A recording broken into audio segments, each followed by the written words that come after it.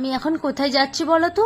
আমি যাচ্ছি এখন মাসিমণিদের বাড়ি। কেন বলো তো? মাসিমণিরা গেছে একটু বেড়াতে, তাই আমরা গিয়ে থাকবো বাড়িতে কয়দিন। তো মাসিমণিদের বাড়ি চলে এসেছি। দিদা দিদা আর দাদু জানো তো আগের দিনই চলে এসেছিল, তো আমাকে বলেছিল আসতে, তো আমার আসা হয়নি, আমি ছিলাম বাড়িতে। তাই দিদা দাদু ফোন করলো, আয় আমরা তো একা আছি, আয় দুদিন।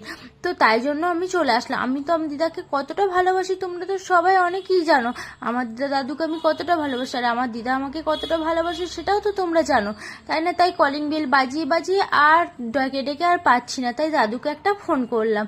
দাদু ঘুমিয়ে গেছিল, তাই দাদু এসে কপাটটা এসে ফোনটা ধরে তারপর এসে খুলে দিল। দেখো, এই যে আমার দাদু এখন কপাট খুলবে।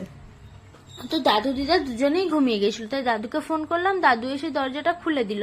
আর আমি চলে এলাম ঘরে। এদিকে দিদা আমার গলা শুনে ছুটতে ছুটতে ঘুম থেকে উঠে আসছে।